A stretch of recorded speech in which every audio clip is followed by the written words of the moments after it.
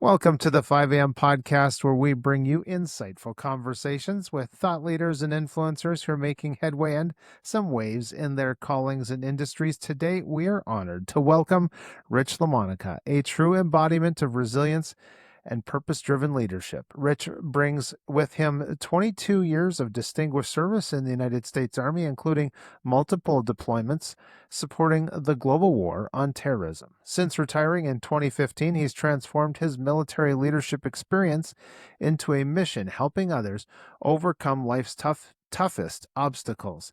As an award-winning author, motivational speaker, and the host of the Misfit Nation podcast, Rich's philosophy of stacking victories has inspired countless veterans and civilians alike to build resilience through daily wins. He is the author of the actionable 13-Step Guide to Success and the compelling novel Out of Darkness. Rich is currently pursuing his PhD in Homeland Security from Liberty University, and today we'll explore how Rich's battlefield experience shaped his approach to leadership, resilience, and purpose, and how his insights can transform your own journey through life's challenges. Now, before we roll that intro, please share this with your friends and networks. From our analytics, we can see that we have viewers across this good earth. I was going to say God's green earth, but across the earth. And to our listeners, thank you for being here. Come in, have a seat, listen in, take your coat off, stay a while. I know many are going to enjoy this conversation. I also want to thank those who've given us a 5-star review on their favorite podcast player. You can do that too. We want to thank those also who've ventured over to buymeacoffee.com/5am podcast and bought us a few of those delicious virtual cups of coffee this week and last. We do appreciate your support. Now, let's roll that intro.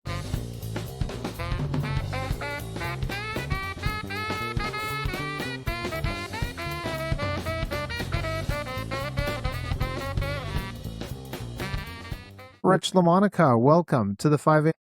Michael, thanks for having me here. It's an honor to be on with you. Great to just chat with you like we just did in the green room. Yes, absolutely. So much fun. Ladies and gentlemen, when you can sit down, have a conversation, there's no distractions, just a few people sitting around and talking about seizing your day. Well, we're going to start actually with stacking victories. Now, I am sure, Rich, that your concept of stacking victories has resonated with a lot of people. Could you talk us or walk us through, walk and talk, like we used to do it back in the newsroom, walk and talk us through this philosophy developed during your military career, and maybe how someone feeling overwhelmed by life can actually implement this starting today? Definitely. That's a great question, Michael. And during my military career, especially during my times when we had to go across the pond and meet people that didn't like us very much and do things with them, hang out with them like we're doing now, but in Yeah, different circumstances. yeah, Those days were always like a roller coaster, I like to call it. So you start off, you get that high because you wake up in the morning, you feel good, and all your people are doing good. And then bam, that wrench gets thrown in there. What do you do when that wrench gets thrown in there? Do you dwell on the wrench, or do you look to your front and say, I can get there without worrying about this wrench?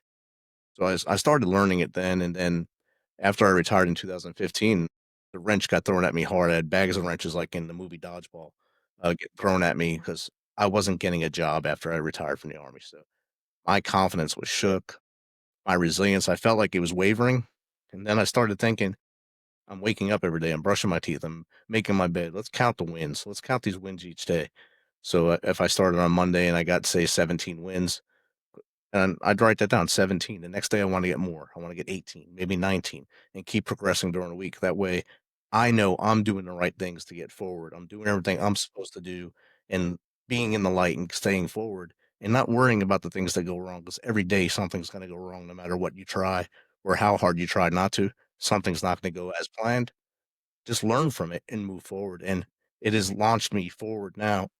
As I started the podcast in 2021, I started saying that to people, and I could see the lights go on in their heads and saying, "Oh, I've been thinking about the bad too much. How about the good?" And now they start moving forward and doing the same thing. How can I beat yesterday? And it's a great thing. Yeah, that's wonderful. And of course, in life, we all have that choice to look through the windshield or the rearview mirror.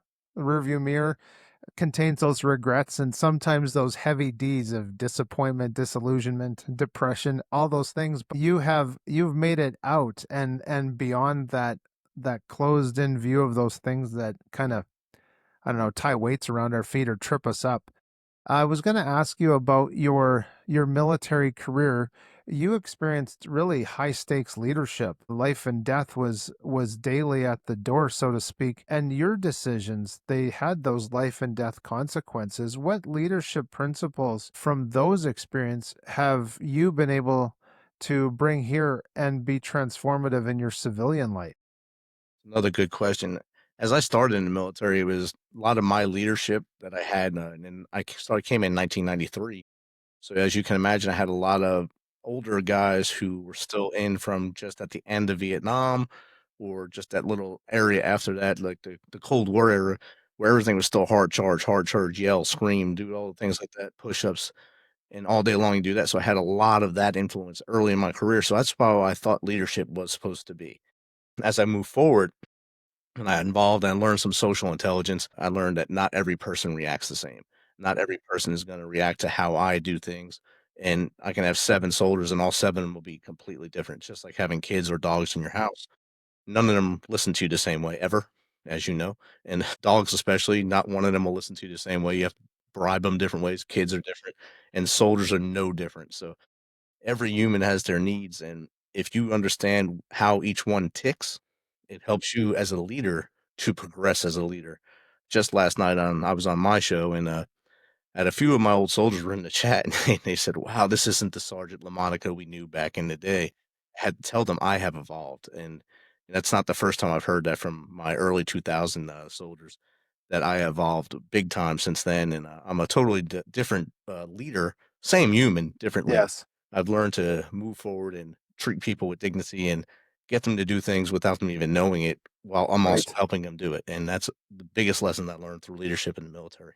Yeah, and there's a lot of analogies there when working with other people, they could be keys. I used to tell my wife when I was crewing broadcasts for sports of I know that everybody has the button and I need to find the button that's going to motivate that person to move forward.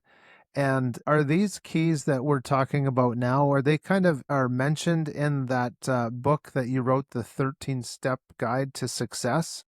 No, those keys are not in that book at all. 13-Step Guide to Success. It's not really a leadership book. It's more of a be a better human book. At the time I wrote it, it was during the wild and wonderful first year of COVID. At the end of each month, I would write a crazy post on Facebook saying, "You made it through this level of Jumanji. Yeah. You fought these things," because every month they gave us new challenges. Next month, let's see what challenges that we face. And at the last month, I put, "These are the 13 things you could do to be successful." And my daughter said, "You need to write that." So that year, I wrote the book and 13-Step Guide to Success. Yes. In the book, it goes through steps to how to be a better person. Tell the people around you you love them. That's key. Let them know you love them. Don't be afraid to say that you love them.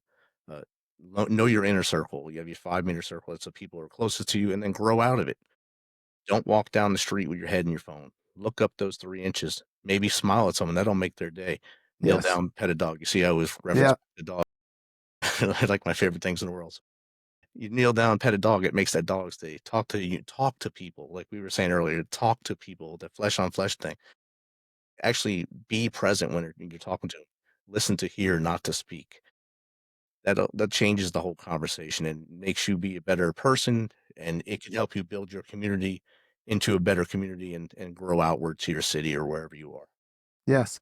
And while we were talking, you had mentioned earlier that 2015 was that year of deep self-reflection after retiring from the army. Was there or what was the most unexpected challenge that you faced during that transition? And did it play a role in shaping what you're doing now? Yes, that's an awesome question.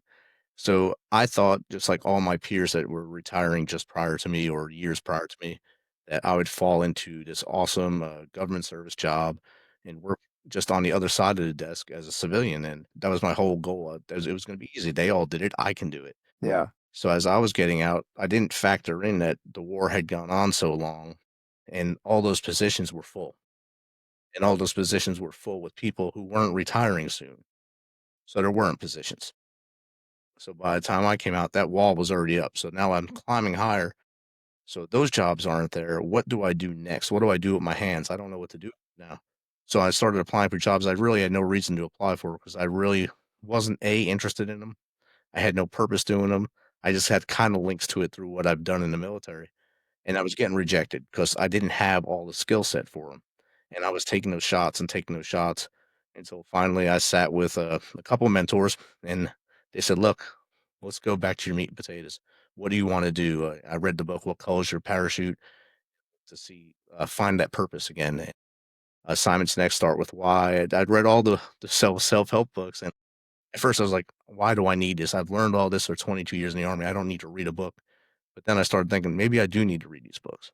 I think we all need to read other people's thoughts on stuff in order to learn and keep learning every day so that we can be better. And that's how I Yes. started transforming that year and Yeah. becoming a better person as I move forward. And then when I finally got that job at the end of the 365, exactly 365 days, I started working actually mentoring other veterans, ironically, as they went through their 6 month of transition out of the Right. military back in their communities. So I took Yeah. all those lessons learned, found my purpose to help them, and Wow. now I train people. Wow, that's great. So, ladies and gentlemen of the audience, can you let us know in the comments of maybe there was a season in your life that came to an end, or a door that got closed, or maybe you got kicked out through the door?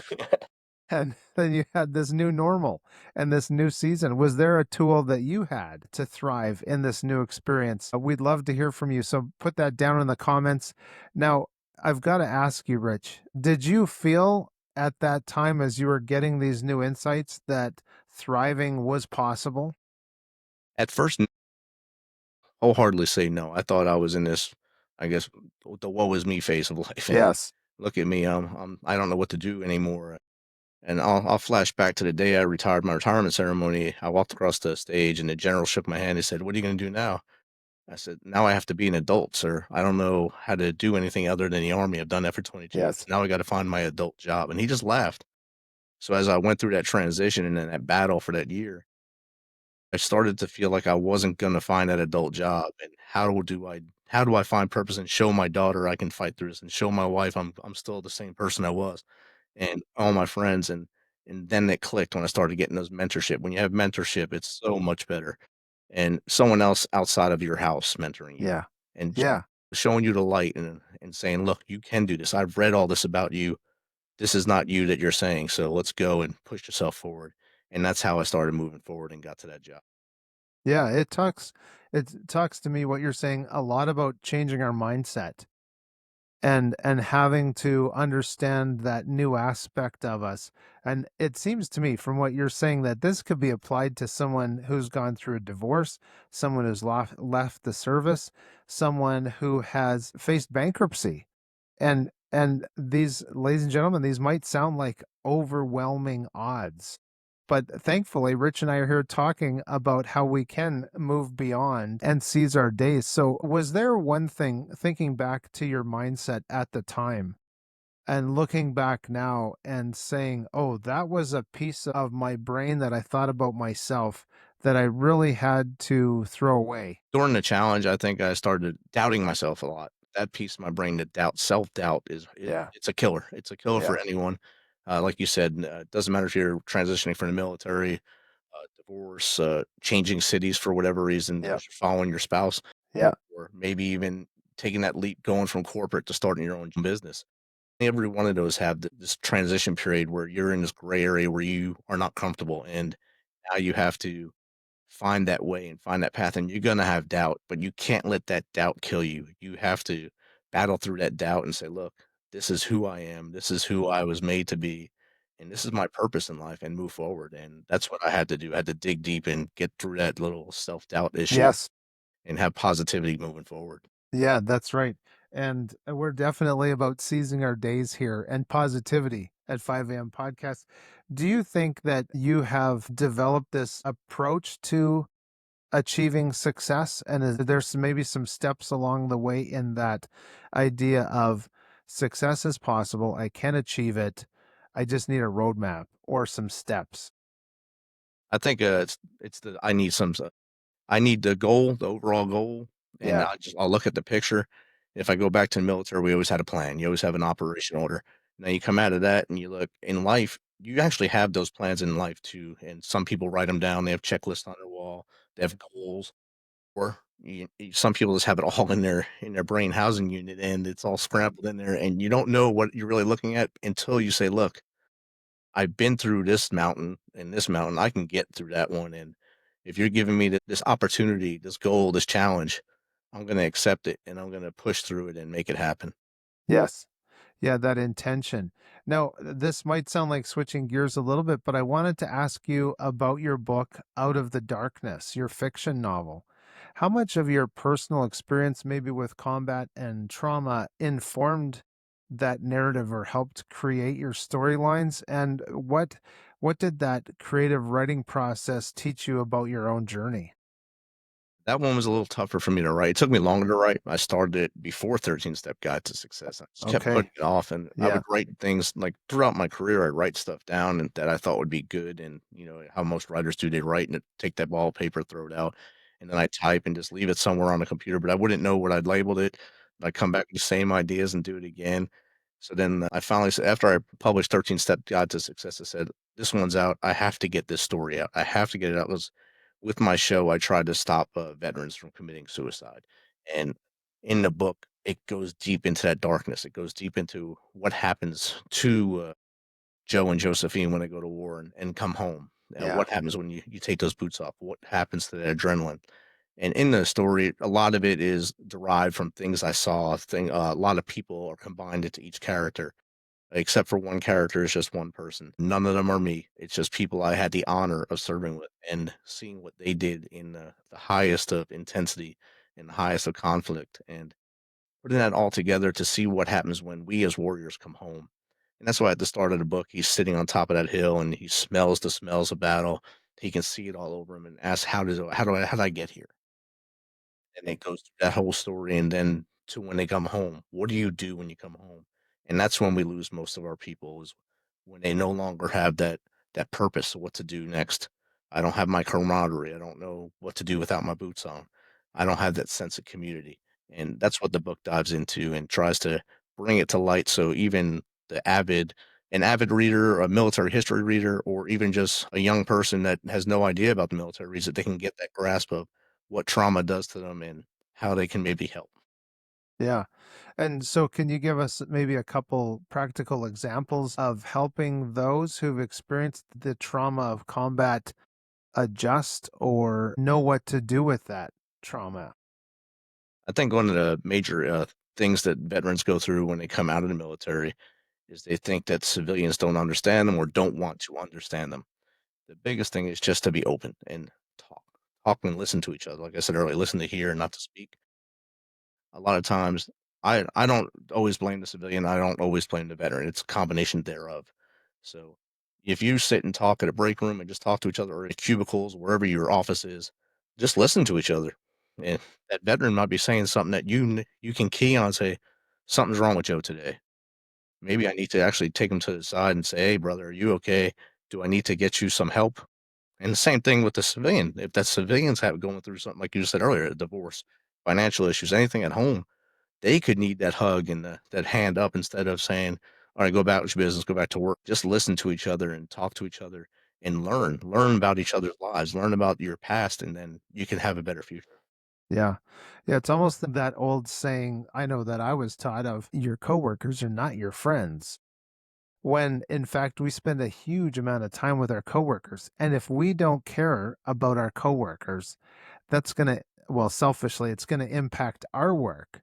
But they are human beings that we spend an enormous amount of time with, Yes, where we do want to emphasize the importance of our community around us. And just before we move on, I wanted to ask you just maybe to talk a little bit more about that sense of community that needs to be built or can be built. definitely. And I'll just take my neighborhood here for instance. We're a small community, about 52 houses in this neighborhood, very small subdivision. And there's a good group of military veterans, some active duty, and then there's some people that are just civilians, doctors, lawyers, teachers, realtors. So we all kind of know what's in this community, and it just takes a little effort to look up and say hello and talk to each other. and you get to know everyone. Everyone's willing to talk. They're in this neighborhood for that reason because it's a small community. It's Yeah. they get to know each other, and you grow it here. Now, if you move out to the bigger communities, it's a little harder, but learn your neighbors first. You have a neighbor to your right and left, learn them too, then you guys spread out and keep Yeah. growing and showing that you all want the same everyone wants the same thing for Mhm. success for our next generation and the success for our country, community, whatever you wanna call it. You just have to talk to each other and say, "Look, this we're all looking for the same thing. How can we work together to make this happen? And don't worry about what's happening millions of miles away from you, levels That's right. above your head that you have no control over. Control that what you can control and Yeah. push forward with positivity." That's right. And my wife and I have this rule, especially having an experience in broadcasting and working in TV and film a little bit.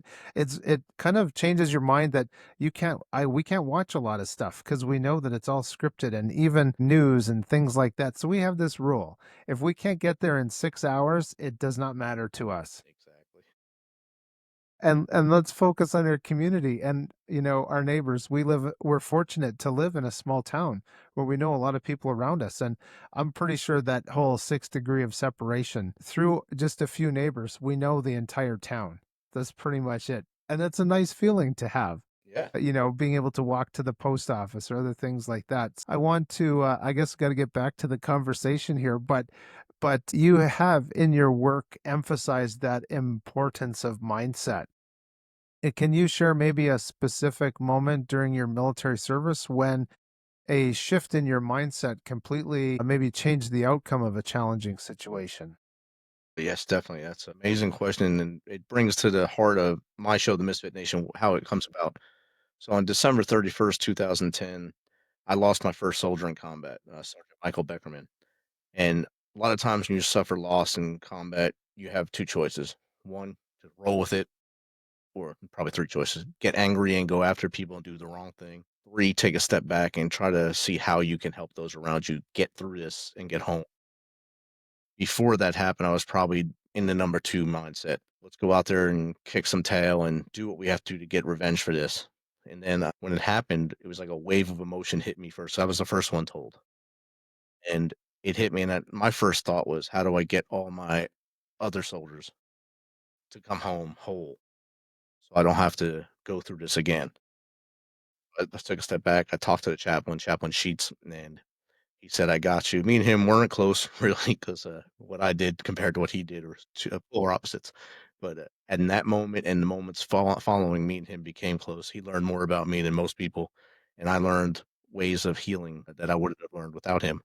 So I shifted my mindset to the let's get through this together and get everyone the help they needed instead of telling them not to get help and do things like the old school style.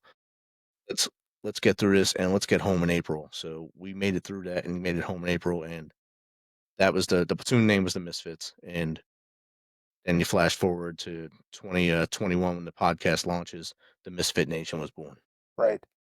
Well, that's a very dramatic and serious distraction that could have really derailed. And of course, we never know the things we're saved from, or oftentimes incidents that we were saved from. In a sense that you drive in your car and you decide, I think I should go right, and you never know what could have been waiting for you if you go left. And as not comparable on the scales at all of what you're describing with Michael Beckerman. But there is a very teachable moment here, I think, for people in the civilian world to understand how distractions come, and if we let them, they can really derail us.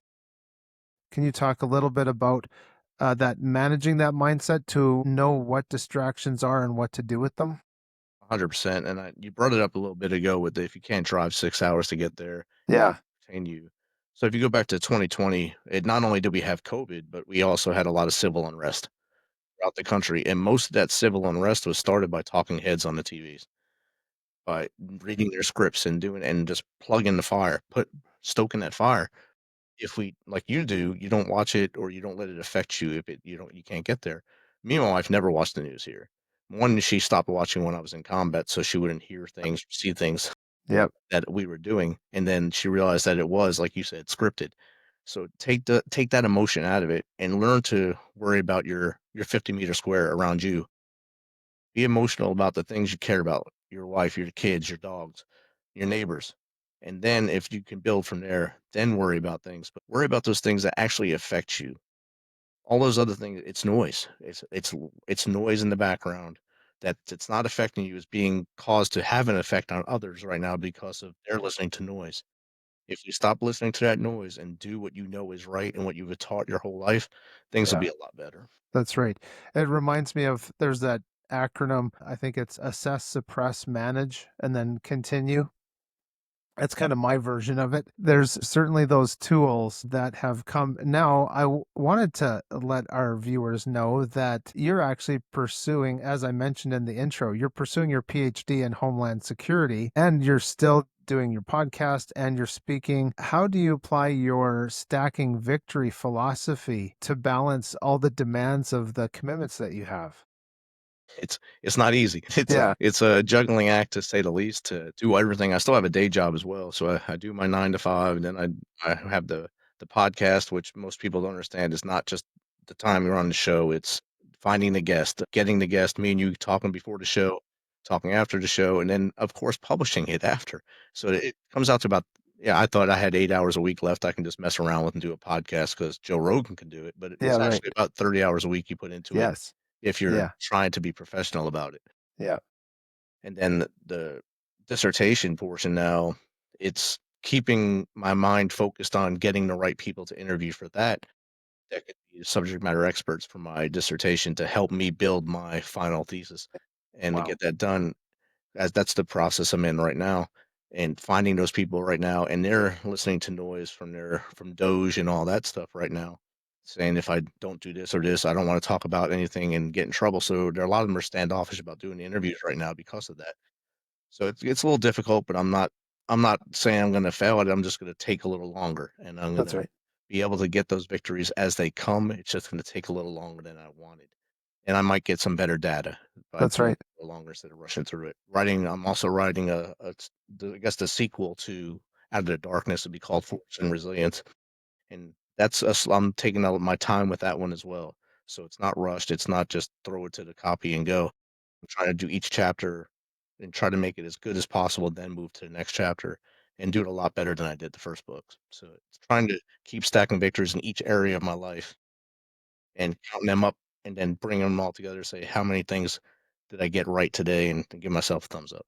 That's right. And one step in front of the other, ladies and gentlemen. So, Rich, I still, there's a few things I still want to talk to you about, but while we're at this point, can you let our listeners know how to get in touch with you? Oh, definitely. The best place to go is to our website, www.themisfitnation.com, and there's a contact us button on there, and that comes right to me, and I usually answer within well, it depends on day job, but usually within an hour or so, you get response there. All on social media is all at the Misfit Nation or Rich Lamonica. You can find us everywhere, and we're pretty quick to answer questions. Yeah, that's great. Because now, do you have your son working with you as well? My Your brother does. brother. He's a host of the Tuesday crew, and my Nice. friend Jake Nice. Tuesday, and then they're my chat guys of the other days. Well, that's good. That's good. Everybody needs their posse. Yes, Just like Wyatt Earp or whoever else. Fill in the blanks, ladies and gentlemen. Jesse James, if that there you go. fits your bill. So your podcast specifically definitely aims to inspire everyone to be better humans. What defining moment maybe in your life really emboldened you or crystallized this as your core mission rather than maybe only focusing on veteran issues? I think growing up, my dad also was a veteran, but I always watched him selflessly help others. And he always had that purpose to go and work with nonprofits or try to raise money for charity, do things for other people all the time. And he would never say no to helping people. And he was always there. He still is 80, he's 85 years old now, and he still tries to help other people. He always is the shoulder I can talk to, and he'll give me advice. He's witty still at 85, so it's great to still have that with him and have that conversation. Nice. I think having that, and then when I started the show, it was a pinpoint thing to do with the show to get veterans to come on, tell their story, get that pressure off their chest, and maybe they'd stay with us a little longer. So it wouldn't become part of that dark statistic 22 or 44 a day that we're losing. And then after about, I think it was a dozen or so of them that came on to say, hey, brother, this is great, but we need more help. How do we learn to write a book? How do we get to Hollywood? How do we get in music? Are there other mental health tools we can use besides the VA and drugs and such? So I started grabbing other guests off Podmatch and other platforms, and I found out there's a lot of people out there that go through the same things as us, as veterans and first responders, and there's a ton of people with wisdom, and there's a ton of people with knowledge that can help you, and that's how we evolved as a show. So about midway through the first year, we started evolving, and like just a couple weeks ago, we hit our 500th episode. That's great. And you mentioned Podmatch in this. And of course, that's, ladies and gentlemen, that's how Rich and I met, was podmatch.com. And so if you have a story to tell and you're looking for a way, how do you tell your story? How do you get stuff off your chest? How do you talk through certain things? Definitely join up with podmatch.com, because there's people like myself, Rich, and some other great listeners and facilitators who would love to be able to help you on your journey as well. Now, Rich, as we're getting close to the wrap up here, that phrase "challenge accepted" serves as your personal motto. Can you maybe share with us a recent challenge that you've accepted that's maybe pushed you beyond your comfort zone, and what did it teach you? Oh, definitely, and this one hit home for my family and everyone that's known me. Uh, I started drinking when I was a teenager, so probably 14 years old. And I quit on January 26th of this year. I took that challenge to just quit and not try to wean off it. I quit cold turkey, and I haven't looked back. And by the grace of God and everyone around me supporting me, it's been pretty easy. My wife's happy as a pig in poop right now that I'm not Yes. drinking. My wallet's a lot happier. My Yes. body's a lot happier. My health is a lot happier. And that challenge, and I challenge anyone else that's gone through it like I did to look yourself in the mirror and say, "I can do this. I can get off this, and this doesn't control me." I think the biggest thing I did during this, about a month after I quit, I wrote a whole article on it about me and my journey, and I published it. And I didn't care about the feedback, but Yeah. I got a lot of feedback. Oh, that's good. All of it was positive. Yeah. Yeah, and people are looking for that, like you say, handout. They're looking for that hand up, not Yes, just a bag of chips and a God bless you and pat on the shoulder. exactly. So, in line with that, ladies and gentlemen, I'll do this promotion for my interview with Paul Tremmel, because we were talking about that before we hit the record button. Ladies and gentlemen, if there's some struggles like what Rich is talking about, definitely go back in the 5 a.m. podcast catalog. Find that Paul Tremmel episode. You're really going to like it, and you're going to love to hear his story about how he overcame some setbacks. But, Rich, I want to ask you about maybe a recent podcast that you've done that really spoke to you, that we could have our listeners head over and listen to? I think my episode with Terry Brown, I've had her on 4 times now. Great author, great human, great person. And this was her 4th book coming out. This one, she is about a journey she did with her and her husband. They rode a bike across the country, a bicycle, a tandem bike, and, she Double Butted Adventures, I think it's called. Yeah. My head. Great person, and I did not know this when I was doing the show with her live that her husband had. He was a Marine, and I was, doing the usual Marine jokes, and Yes. said, "Rich, oh, I don't think you know, he passed away." And it took everything I had to control my emotions with her live on there and try to get that, I guess, get my feet back and get back into the show. But she's an awesome person, and she kept us going, and I was able to catch my footing and come back in. So if you want to listen to a great show, that came out around Valentine's Day, I think, this year. Okay. Good. Terry L. Brown and the Adventures of the Double Butted Adventures, I think is the name of the book. Great person, great book, great show. Well, that's good. And it's nice that we actually have podcasts now in this day and age, to get away from that more scripted personalities, the people that we are supposed to, well, they give the term idol to, they would love us to worship them, right? And so, ladies and gentlemen, be sure to check out themisfitnation.com. And if you go /blog, there's a bunch of great stuff there that Rich has, and that whole site has a lot of great resources. So definitely head over to themisfitnation.com. Don't leave off the. You need that on there. Otherwise, find something else. But anyway, themisfitnation.com. Ladies and gentlemen, this has been my conversation with Rich Lamonica. Rich, I got to give you a great big thank you and a virtual handshake and hug, and say thanks for being on the podcast today.